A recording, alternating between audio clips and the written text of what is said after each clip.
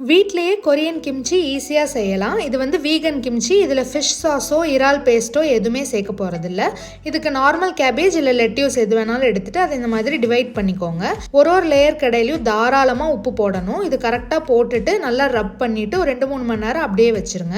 ஒரு கேரட் ஒரு முள்ளங்கியை ஸ்லைஸாக கட் பண்ணிவிட்டு கொஞ்சமாக ஸ்ப்ரிங் ஆனியன் இருந்தால் அதையும் கட் பண்ணிக்கோங்க. ஒரு பேனில் 1/2 கப் தண்ணி 1.5 டேபிள் ஸ்பூன் அரிசி மாவு சேர்த்து திக்கான பேஸ்ட்டாக குக் பண்ணி தனியாக வச்சுருங்க.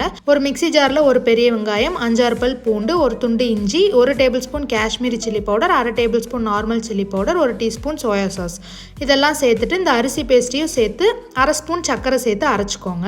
இப்போ நம்ம கட் பண்ணி வச்சிருக்க காயோடு இதை சேர்த்து நல்லா மிக்ஸ் பண்ணிடுங்க. நம்ம உப்பு போட்டு வச்ச கேபேஜ்லேருந்து தண்ணி ரிலீஸ் ஆகி சாஃப்ட் ஆயிடுச்சு. இதை 2-3 வாட்டி நல்லா அலசி புழிஞ்சிட்டு ஒரு லேயர் கடையிலையும் இந்த பேஸ்ட் அப்ளை பண்ணிடுங்க. இதை ஒரு ஜாருக்கு மாற்றிட்டு ஒரு நாள் வெளியே வச்சிங்கன்னா புளிச்சிரும். அதுக்கப்புறம் ஃப்ரிட்ஜில் வச்சா நம்ம கிம்ச்சி டக்குன்னு ரெடி ஆயிடுச்சு.